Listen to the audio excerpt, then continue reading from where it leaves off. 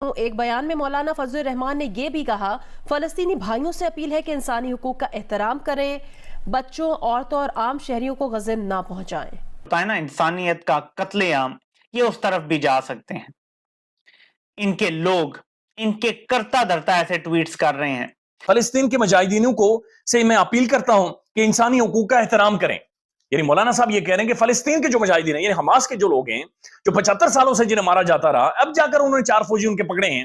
اسرائیل کے مرکزی bank of Israel نے پہلی بار $30 ارب غیر ملکی کرنسی اوپن مارکیٹ میں بیچنے کا اعلان کر دیا ہے۔ بینک آف اسرائیل کا کہنا ہے کہ صورتحال اور مارکیٹس کا جائزہ لیتے رہیں گے۔ مولانا صاحب یہ کہہ رہے ہیں کہ میں ان سے کہوں گا کہ وہ جناب انسانی حقوق کی پامالیاں کرے اور انسانی حقوق کا احترام کرے۔ پاکستان کے اندر جناب جو انسانی حقوق کی پامالیاں ہوئی، آپ نے کوئی احساس کیا انہیں؟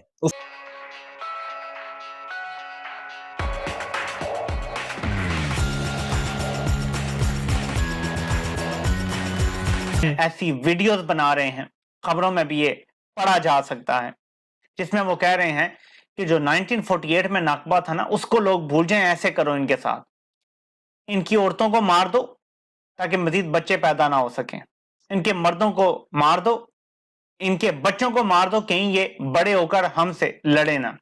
اس طرح کی باتیں انتہا پسندانہ کی جا رہی ہیں۔ ایسے میں ظاہر ہے کہ جو لوگ لڑ رہے ہیں، جو فرنٹ میں ہیں، جو گھسے ہیں اندر، انہوں نے ویڈیو تک جاری کر دی ہیں کہ کیسے وہ داخل ہوئے، کس طرح سے انہوں نے آپریشن کیا۔ میں آپ کو دکھا نہیں سکتا، انہوں نے باقاعدہ ویڈیوز جاری کر دی ہیں، کیسے فضا سے، سمندری رستے سے اور کس طرح سے وہ زمینی رستے سے داخل ہوئے ہیں۔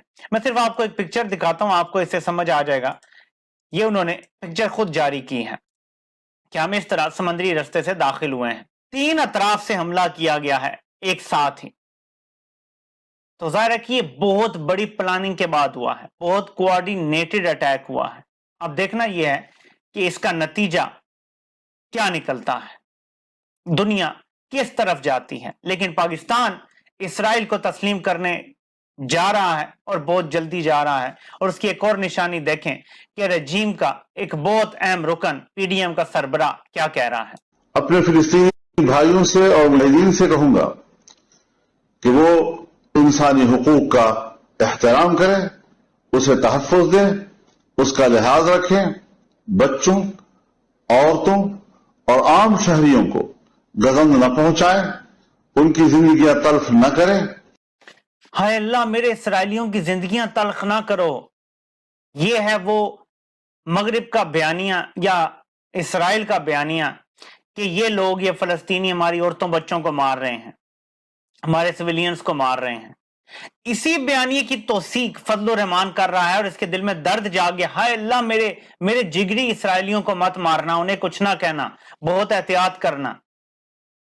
یہ ہے وہ محبت جو دلوں میں چھپائی ہوئی تھی لیکن اب نکل آئی ہے، کیونکہ اسرائیل کو بہت جلد پاکستان تسلیم کرنے جا رہا ہے۔ سعودی عرب کے تسلیم کرنے کی دیر ہے، پاکستان بھی اسرائیل کو تسلیم کرے گا۔ تو سب سے پہلے تو میں شدید الفاظ میں اس کی مذمت کرتا ہوں اور میں فضل الرحمان سے مطالبہ کرتا ہوں کہ وہ قوم سے معافی مانگیں، توبہ کریں، اور جو دوسروں پہ الزام لگاتے تھے اس پر بھی توبہ کریں۔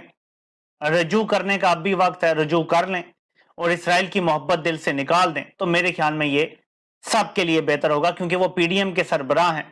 اگلی بھی اگر کولیشن حکومت بنانے کا یا کولیشن اپوزیشن بنانے کا چانس ہے تو وہ اس میں کوئی کلیدی عہدہ بھی رکھ سکتے ہیں، اور ایک ایسا بندہ جو ایسی محبت رکھتا ہو اسرائیلیوں کے لیے، میرے خیال میں پاکستان کے لیے خطرناک ترین ہو سکتا ہے۔ بات یہاں پر ختم نہیں ہوتی، بلکہ جو اسرائیل کا بڑا ہے، جو بڑا بھائی ہے اس کا، جو باپ ہے، جس کے ایما پر دونوں بدماشی کرتے ہیں، ایک دوسرے پہ کرون ارجن، ایک دوسرے کے سر کے ہاتھ رکھ کر بدماشی کرتے ہیں۔ امریکہ کے اندر جی ملاقاتوں کا سلسلہ جاری ہے، اور امریکہ غور کر رہا ہے کہ ٹروپس بھیجے، یعنی اسرائیل کی مدد کے لیے۔ امریکہ یہ کہہ رہا ہے، دنیا کی سپر پاور یہ کہہ رہی ہے کہ ہم اسرائیل کے لیے ٹروپس بھیجیں تاکہ انہیں بچایا جا سکے، تاکہ کم از کم یہ جو ہزیمت ہے، یہ جو ان کا جو ایک جھوٹا ایک بنایا گیا تھا، کم از کم اسے بچایا جا سکے۔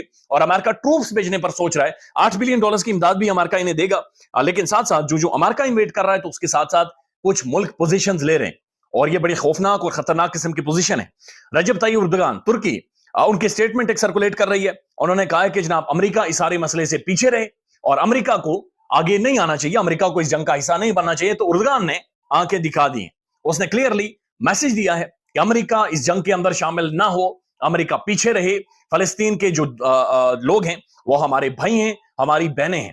تو اردگان نے آنکھیں دکھائی ہیں. ہمارا جو بندہ پٹھان عمران خان آنکھیں دکھا سکتا تھا, ہم نے جیل میں بند کر رکھا ہے.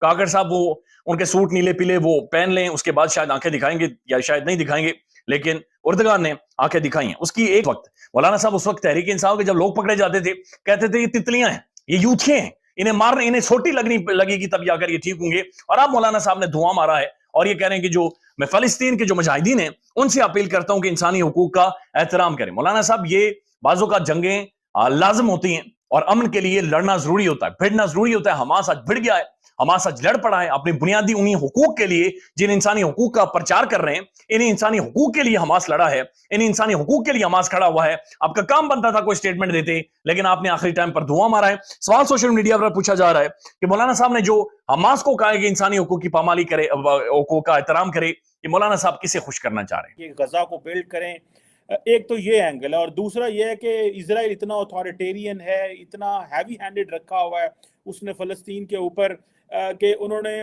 کارنر کر دیا ہے. سو آپ کیسے دیکھتے ہیں کہ یہ کیا حماس سے غلطی ہوئی ہے, یا کہ آپ دیکھتے ہیں کہ this was on the cards اور یہ ہونا ہی ہونا تھا بیکاز اس وقت سعودی عرب جس طرح اسرائیل کے ساتھ نارملائزیشن کرنے لگا تھا تو they had to act. I don't think they had to act. اور یہ ایکٹ جو ہے اس کا نقصان فلسطینیوں کو ہی ہوگا. اور جیسے آپ بتا رہے ہیں اب کئی جتنے یہودی انہوں نے مار دیے ہیں اپنا اسرائیلی, اس سے 10 گنا زیادہ وہ اپنی بمبارڈمنٹ کر کے تو فلسطینی مار دیں گے. غازہ کے اندر جو کچھ ابھی آپ بتا رہے تھے, یہ ورکرز آتے تھے, ایک نارمل سا تھا, تو وہ ڈسٹرب ہو جائے گا.